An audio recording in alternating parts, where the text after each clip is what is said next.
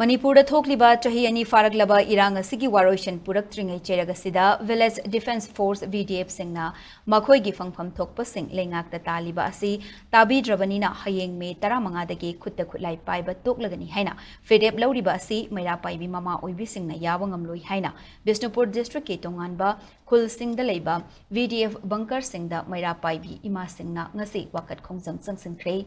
Kainau Thongkha Maning LLI Low Canal Mapanda Khulingak Liba VDF Singna Sariba Bunker da Kainau Thongkha Maira Paibi Lupna VDF Sing Khulai Thadok Payaroi Haiba Wakat Khongjang Sangsinke Wakat Khongjang Aduda Saruk Yakibi Awong Sangbam Lakshmi na Phongdokhibada VDF Sing Lakpadagi Khunja Singna Wakhal Leitana Leiribani Makhoi Chatthakhre Tumpham Chafam Khangloi Maramasina VDF Singna Taliba Dabi Manipur gi Governor na Lengak Pairabanina VDF Singna Makhatana Khul Ngakhanbiu Aduga Makhoi Hauzik Satkibasu Yaroi Haike Migi tang tara mangadagi bidep akogi icha singsina khulai thadoga chatkani haidana tawriba posak ase makhoina chatkharagaddi akogi di hawjik kanana ngakpigani icha singsina ngakpiraga yamna ingna chikna potharaga legjabane haba koidi ko hawjik legjariba kainau thongkha sidi yamna luraba tanjane haba maseda icha singsina ngakpidana leibane ba IRB police icha singsina moina tawriba duty se bidep icha singsina pung kunmari makhoga chap manana tawi haba icha singsina ko aduna paliba sarkar sina Jingna Taliba demand se atuba matamda makhoi na demand se PBU haidana aikoi kainau thongkha ge mera paibi ama ona mama aikoi myam puna haijari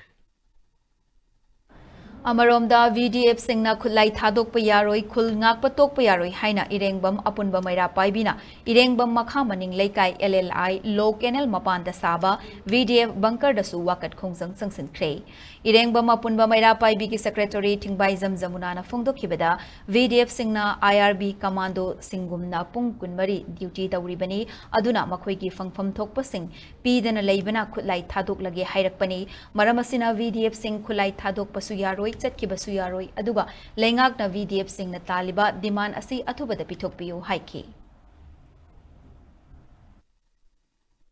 Aikoi region area da leibani aikoi moi chalhan ba si suya ya zaroi makhoi yamna warangwani lising tara ga changwa asina aikoi family puba ngamba nate aikoi region area da leibani na isa singa sigi mateng pangbasu aikoi nongbato ising jang chara ama karigumba asi khara natena makhoi mateng pangbasu ngamjade aduna athuba matamda governor na miyang changbiraga isa singa sigi demand se athuba matamda phanganbiyo haiba wafam asi haijari Kaboak Singh Maning LLI Low Canal Mapanda Saba VDF Bunker Dasu Kaboak Singh Club Amadi Maira Paibi Singh Nasu VDF Singh Khulai Thadok Pasu Yaroi Chatkibasu Yaroi Haina Wakat Khongjang Sangsinkhre Warepam Ibem Chana Phongdokhibada VDF na Khun Ngakpana Khunja Singh Akiba Leitana Ahing da tumdibani lau singubagi thabak sing chatharibani makhoi chatkhiragadi kanana khul ngakpigani haike